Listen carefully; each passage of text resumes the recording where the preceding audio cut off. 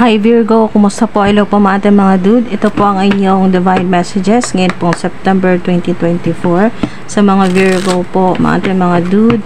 Ayos lang po ba kayo dyan? Virgo sign. Yun po, September 2024. Mensahe po mula po sa divine universe, mga divine beings, mga ancestors po ninyo, o yung inyo pong loved ones na nasa heavenly places na. Okay, so meron po kayo ditong twin flames, hammer, at stab in the back. Ayan po.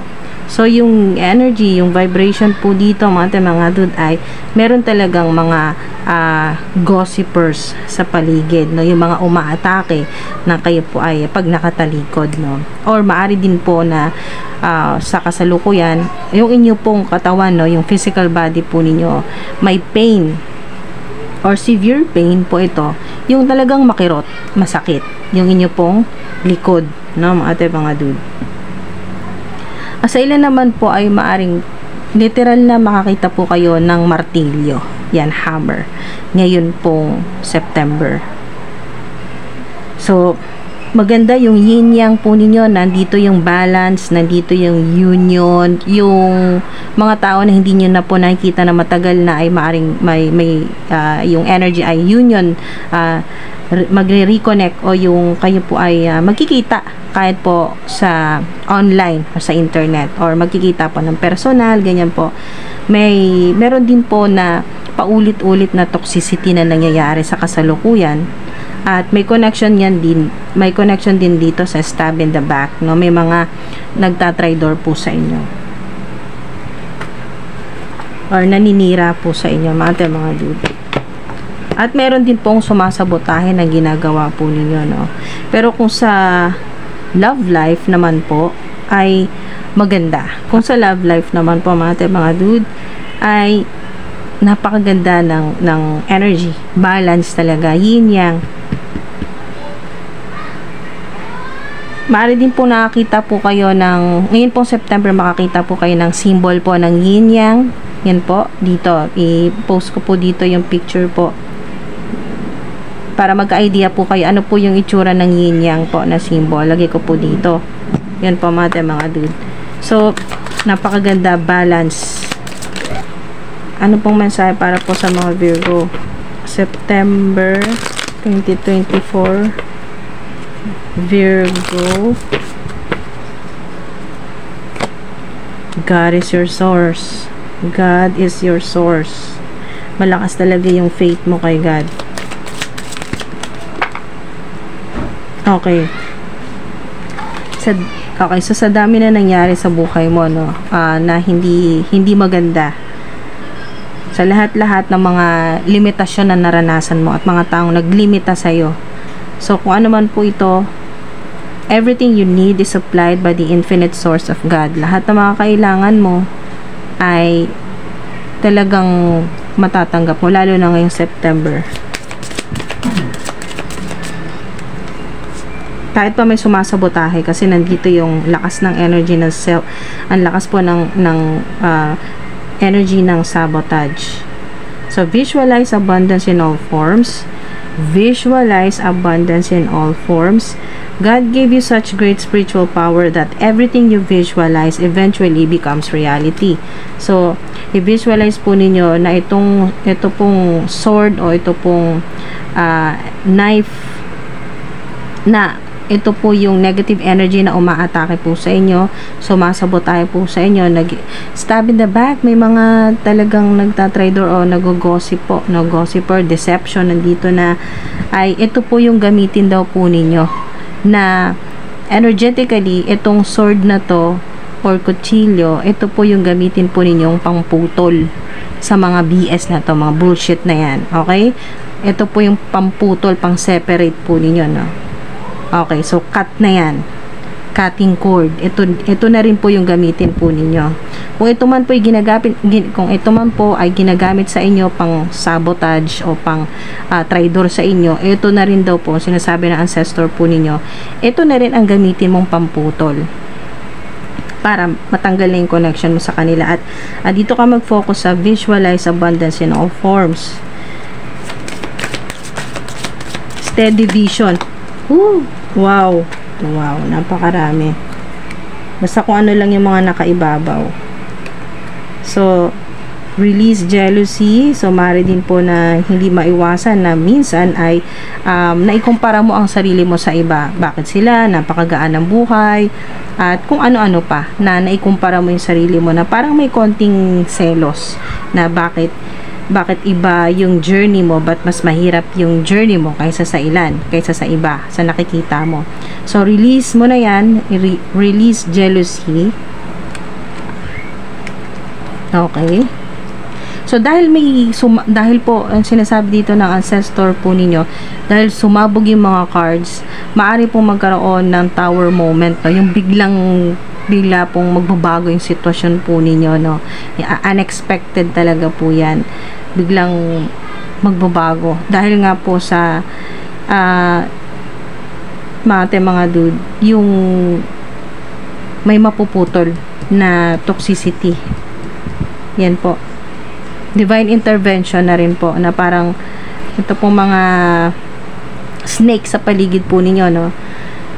Mga traitor sa paligid po ninyo, mga nakakasalamuha po ninyo, ay bigla na lang yan tatanggalin sa inyo ng Divine Universe, so to speak. So, pinapayuhan ka rin ng ancestor mo na mag-exercise, no? Exercise to increase your energy and manifestation abilities. Akalaan nyo po yun na kayo po ay pinag-exercise, no? Or magpa-araw, ganyan po, no? Pumunta po sa mga mapuno, may mga halaman sa nature, umakyat ng bundok. Ayun po ay kung physically kaya nyo pa po na mga dude, depende po yan sa kakayahan po ninyo, no? Kung kaya pa, yan po mga dude, ay kung kaya pa po umakyat po ng bundok. Pero sa ilan ay kahit sa garden nyo po, no? Or may malapit po na botanical garden, or kung ano man po yan na kung saan man po na kayo po ay malapit sa kalikasan, no? Mga dude. At ito, lahat ng nakatihaya, no? Kasama na tong savings. Ganda po yan dahil yung mga gusto pong makapag-ipon ngayon pong September, makapagsimula na po makapag-ipon. Yan po, makapag-ipon na po kayo ng pera. At maganda dito po sa God is your source, mga dude, ay lahat po ng mga kailangan po ninyo isusuplayan ngayong September ng Divine Universe. So, yung exercise ay hindi lang po papalakas po ng immune system ng katawan po ninyo physically. Yan po ay may kinalaman din sa vibration po ninyo. Pag yung inyo pong energy level ay mataas, mas madali din po kayo makakapag-manifest po ng abundance na binivisualize nyo pa lang po ay mabilis magkakatotoo, mangyayari. Maglalabasan po yung mga opportunities, maglalabasan po yung mga yung pong mga kailangan po ninyo, no, mga dude. Yung dahil po sa tataas din po yung manifestation abilities po ninyo. So, yun po yung clue, yung pag-exercise po ninyo, mga dude. Napakalaki pa lang magagawa niyan sa manifestation po ninyo. Kaya alam na sa mga mahilig pong mag-stretching, yan po yung pagkagising ay nag-iinat-inat, nagpapapawis, o kaya po ay naglalakad o naglalakad-lakad po, no, kahit hindi po makapag-jogging. Yan po sa mga nagzo-zumba o yoga, nag-gym, basta mga gumagalaw po kayo, no. Kahit hindi po araw-araw, basta at least po ay kayo po ay nag-exercise. Yan po mga dude. So, kasama na rin po yung pagsasayaw. Hindi lang naman po puro yung exercise po or sa gym. Sa mga pagsasayaw din po. Kasi po, yan ay talagang nagpapapawis din po kayo dyan, no? At gumagalaw yung buong katawan po ninyo. So, kasama na rin po yan. Dancing. Nagpapataas talaga ng energy level po ninyo. So, mas mabilis mag-manifest. Mas talagang tumataas po yung energy level po ninyo, mas kayo po ay nakaka-connecta or nagiging align po sa vibration po ng Divine Universe ni God. So, wow. maganda, napakaganda po ng advice po sa inyo. Dahil maaari din po na sa sobrang kayo po ay talagang focus na focus sa inyo pong abundance, sa inyo pong pagpapayaman o sa inyo pong trabaho, ay maaaring nakakaligtaan na po ng ilan po sa inyo na kayo po ay magkumonekta po kay Mother Gaia, kumonekta po sa nature, magpahangin, magpapawis, ganyan po, no, mga dude. So, paalala lang po yan. Hindi lang po para sa kalusugan po ninyo, kundi para po yan dito sa visualize po ninyo na abundance o yung minamanifest po ninyo. So, imagination. Meron po makakatulong po sa inyo na air sign, so Gemini, Libra, Aquarius. Yan po. Meron din pong kinalaman sa mga direksyon. So, ito po ay hindi naman po kayo talagang pinipilit na magpapaniwala po sa mga feng shui, ganyan po, na kumonsulta po kayo sa mga feng shui expert para po kayo malaman kung saan po yung tamang direksyon, kung saan nyo po mas magandang iharap po yung mga katulad po ng yung higaan po ninyo, no, yung bed po ninyo, saan po ba mas magandang direksyon nakaharap, ganyan po yung inyo pong mga lucky charms po ninyo sa bahay, kung may mga ganyan po, or yung mga lucky plants po ninyo, saan ba mas magandang direksyon na ilagay, ganyan po. So may kinalaman sa direction, or kung sa ilan ay lilipat ng bahay, saan po nakaharap yung inyo pong main door, yung gate, ganyan po. May kahit paano, meron pong may tutulong sa inyo, no, yung mga direksyon. Maaari din po na relocation po ito, no. Ililipad ka ng Divine Universe sa direksyon kung saan mas talagang mas magiging magaan na sa'yo ang buhay, ang relationship, yan po, yung trabaho, mas makakaiwas sa mga traidor, ganyan po, no, mga deceitful po na mga tao, yung mga, kasi may jealousy dito na energy, so maaring yung mga naiinggit sa'yo. So mga naiinggit sa'yo, mga dude, ay ilalayo ka ng Divine Universe kasi may kinalaman sa direction dyan. So dahil nga meron din dito nagpakita na witch, so maari din po na sign po ito na merong may gumagawa sa'yo na curse, ganyan po, hex, gumagawa po ng mga ganyan, no? Evil spell, evil eye. Maring kumonsulta sa ang tao na to na naiinggit sa iyo ay kumonsulta siya sa isang witch, okay, warlock, ganyan po. Kumukonsulta po sa mga witches, mga black witches o mga warlocks, ganyan po, or merong ganyan po, may dark energy dyan. So kayo po ay ilalayo ng Divine Universe or ng Divine Universe, sa mga ancestors po ninyo, sa mga ganyan pong tao, no? Yung mga hindi patas lumaban, yung mga gumagamit ng mga black magic, mga ganyan po. May kinalaman din po sa puno. Maring may pinupuntahan kang malaking puno at may mga butterflies din po. Maring madalas nyo po makita mga butterflies. Meron pong butterfly o paru-paro na may para pong champagne yung kulay, no, or golden, or batik-batik po na parang may pagka brown, orange, ganyan po. Kung may makasalubong po kayong ganyang o kung meron po kayong makitang ganyan, or dumapo po sa inyo, or dumaan po sa inyo na ganyan pong bulaklak, or may dumapo po sa inyo, or may dumikit po sa inyo, ancestor po ninyo, na kayo po ay maaring pakiramdaman nyo din daw po yung inyong intuition, no? Yung kung ano po yung una po ninyong maisip pag nakita nyo po yung ganong paro-paro. Dahil po, yun po yung ancestor po ninyo na maaring nagbibigay ng warning, maaring nagbibigay po ng signs na meron pong deceitful na tao na malapit sa'yo, na sumasabotahe sa'yo, or ito ay good news na may paparating po na magandang balita, ganyan po, good news. Okay, so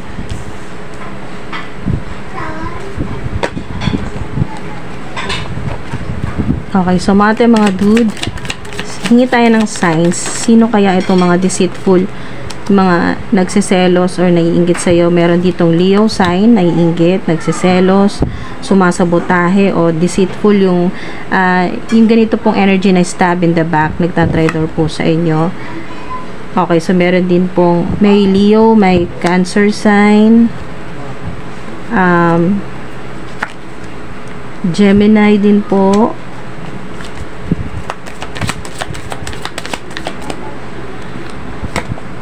Aquarius. So, merong Leo, Cancer, Gemini, Aquarius. Yan po. Na mararamdaman mo yung energy nila. Talagang, kahit wala pa silang ginagawa sa'yo, mararamdaman mong hindi ka komportable. Hindi payapa yung energy, yung kalooban mo. Parang something's off, parang may mali, ganyan po. Yung ganun po yung pakiramdam po ninyo, yun po, may nakakasalamuha ka na toxic, negative, na ganyan po na tao, deceitful, lalo na at naiinggit sa'yo, jealous, may jealous vibe or energy. Witches, warlocks, ganyan po.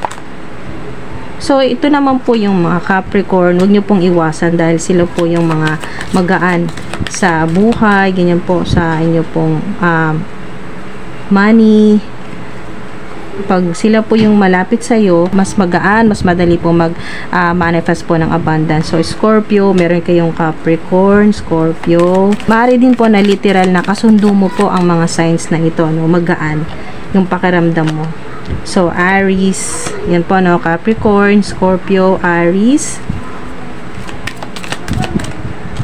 at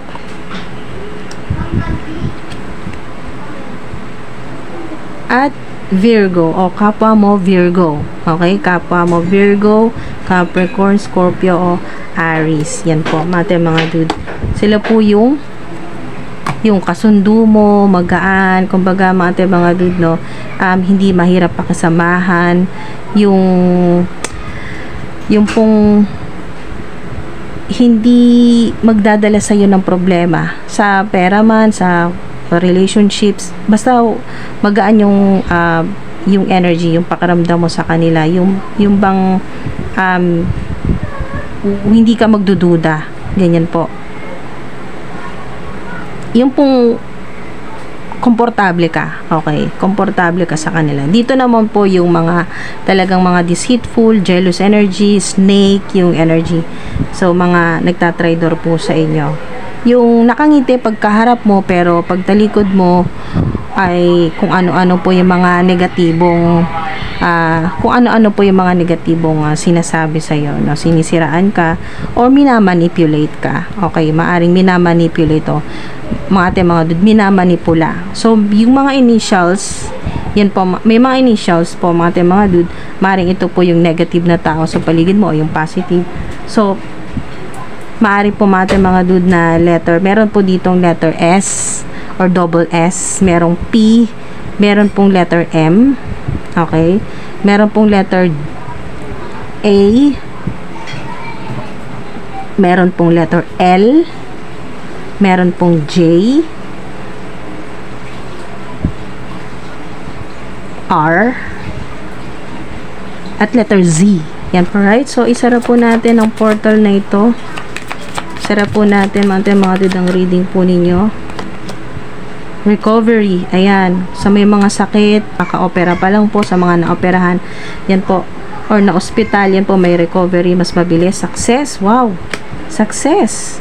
O, ito po yon, confirmation na yung visualize po ninyo na abundance, yung minamanifest po ninyo, magiging successful yan. Kung ano yung ginagawa mo sa ngayon, magiging successful yan. Kahit pa may mga sumasabotahe sa'yo, kahit pa may naiinggit sa'yo, nagtatraidor sa'yo, kahit ano pa yung ginagawa, may mga evil eye, yan po, evil eye, may mga palipadangin, mga nananalangin na talagang hindi ka maging matagumpay sa ginagawa mo, mas lalo kang magiging successful. Yan po, confirmation yan. Improving health, di ba? Double confirmation dito sa recovery. Yung kalusugan po ninyo mga dude, good news yan. Kasi health is wealth, di ba? Literal na health is wealth, dahil kung kayo po ay walang problema sa kalusugan, kayo po ay gumaling na po sa inyong sakit, ganyan po, malakas ang pangangatawan po ninyo, yung well-being, yung emotional, mental, at physical po ninyo, no? Kasama na rin po yung spiritual body po ninyo, may healing, may cleansing, wow, purified. Amen. Purified. O di, wala kang problema, makapagkatrabaho ka ng mas maayos. makakapag-isip ka ng maayos kasi walang makirot, walang masakit sa katawan mo. So, wow, look for a sign, di ba? Look for a sign. May mga signs, mga mga dude, na kayo po ay talaga magiging successful. May mga signs. At dahil nga highly intuitive po kayo, pakiramdaman nyo rin daw po, dahil kahit ang hangin ay may mga signs na binibigay sa'yo kasi air yan. Air. So, mari din po na air, Gemini, Libra, Aquarius, o air na literal na yung hangin. Mararamdaman po ninyo na parang may kakaiba sa hangin, parang kinakabahan ka, or minsan na-excite ka, or natutuwa ka, or parang may good news na darating. Depende po sa kung ano po yung mararamdaman po ninyo sa simoy ng hangin, o yung hangin na dumampi po sa inyo, no, mga dude, or sa lamig ng hangin, kasi may snow po dito, no, malamig na hangin. Yan po. So, depende po yan kung ano po yung sasabihin po ng intuition po ninyo, no, kung ano yung mararamdaman. Pero, dito po sa look for a sign, marami kayong mga signs, synchronicities, na talagang marireceive po ngayon. Meron din po dito na isa po kayo po ay mga dude ay descendant po ni Jesus Christ. Amen. Amen na lang. Okay, nasa bloodline nyo po. Kaya po nandun po yung meron po kayong healing power, may healing abilities po kayo, mahilig kayong tumulong, mapagmahal kayo sa mga bata. Yan po. Palasimba man or hindi, pero naniniwala ka na talagang totoong may God, kasi God is your source. Naniniwala ka kay God, naniniwala ka kay Jesus Christ. Okay, walang kaduda-duda, matatanggap mo mga signs na kailangan mo. Yung hinihintay mo, yung hinihingi mo mga signs, matatanggap mo yan. Amen. Okay, so ating mga dude, maraming salamat po, ingat po kayo. Pagaling po kayo mga dude sa mga may iniinda pong karamdaman o hindi po maganda ang kalusugan sa ngayon. Huwag ka mag-alala, may improving health ka dito, may recovery. Pagaling po kayo mga dude, alagaan po ninyo yung kalusugan po ninyo. Salamat po, ingat po.